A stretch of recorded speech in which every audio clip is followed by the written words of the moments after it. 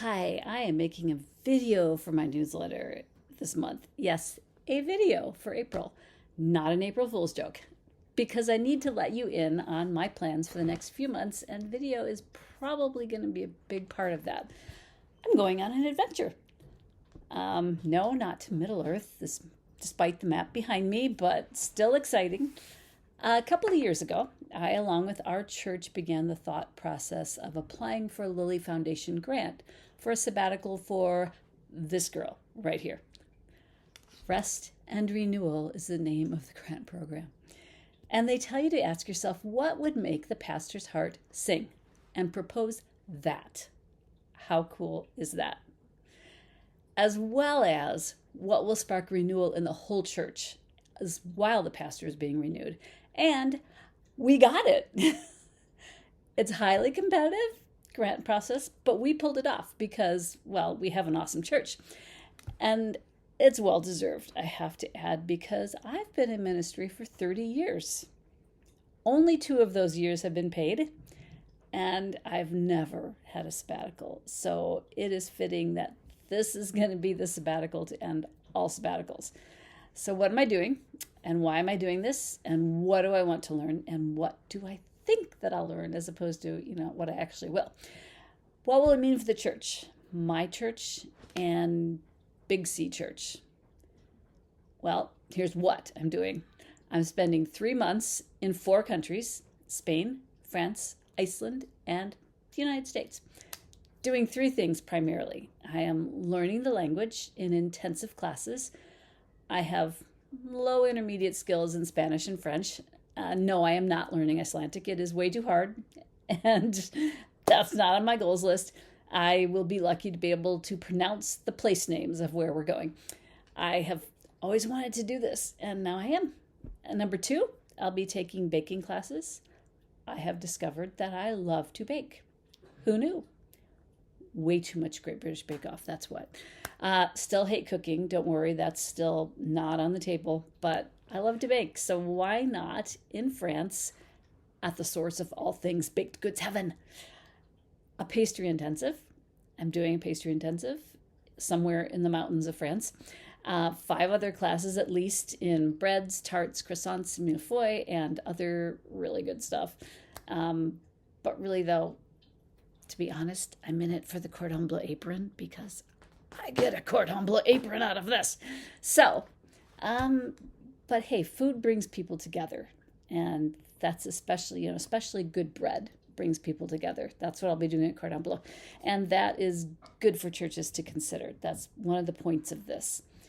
And third, I'll be walking around in beautiful gardens to restore my soul and my body, which admittedly are both quite frazzled and tired and have been through a lot. So, but the church is also working on building a community garden that is a reflection, prayer, meditation garden for people around us, as well as a community vegetable garden. And maybe I'll see some good ideas while I stop and smell the roses in Paris, which should be gorgeous in June. And I know exactly where the best rose garden in Paris is. So, again, the questions: why am I doing this? What do I want to learn? What will it mean for the church? Well, I am a doctor of ministry in church leadership in a changing context. And wowza, this time period right now is that. What do we do with the change in the American church right now? And some would argue that it's not really a change, and there's definite validity to that, but that's not the point right now. Most relevant to this adventure, how do we recapture community? If we hadn't really already lost the art of interacting with other people, or even knowing how to communicate with other people and interact with them for quite a long time, not just since the pandemic. It's been missing for a while, especially with others who are not like us and don't think like us and maybe don't look like us. Would we be in our current struggle? Would we have gotten to this point of hatred and fear and rage? Right now as I record this, Senator Cory Booker is making his historic protest speech, and I am here for it, man. I've been listening in snippets. But would he have had to if we'd never forgotten how to gather in community and break bread.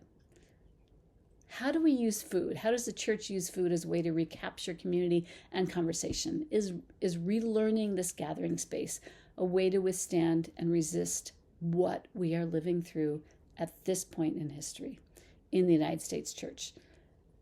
Are pastries resistance? I'm in. As we see life devalued and humanity broken down to kind of replaceable parts, maybe serviceable droids, how do we create small spaces of joy and intimacy that are going to equip us, the church, for valuing and protecting the humanity in every single one of us? And this is what I'm hoping to learn. Yes, in some of the most awesome places in the world. Yes, on a dream sabbatical. Yes, learning to bake pastries and bread that remind people of goodness when they taste it. Because we need to be reminded of goodness. And yes, learning to speak other languages, because the beginning of loving other people is speaking words they have always known in their heart. So I'm inviting you to come along with me to Spain, France, Iceland for this adventure, and the US, because the final piece in spending a week is spending a week with my family in a big house in Michigan, baking together and being together. And that's going to be so much fun. So please pass my website and or Substack links, my Instagram account, my YouTube channel, whatever, on to anyone who you think might be interested in church renewal through eating. I will try to update it weekly while I'm gone. The first update would be in country, would be the week of April 27th, which is the day I land in Madrid. So I will not promise I will be coherent, but I'll try. I will not be sending out my usual monthly newsletter over the summer because rest and renewal means exactly that. I'm resting and I'm renewing and I'm not doing my normal things. So maybe on this adventure, we will both learn more than we bargained for. I hope so. In the meantime, hasta luego, a biento, bless. See, I did learn some Icelandic. That means goodbye, see you later. Thank you.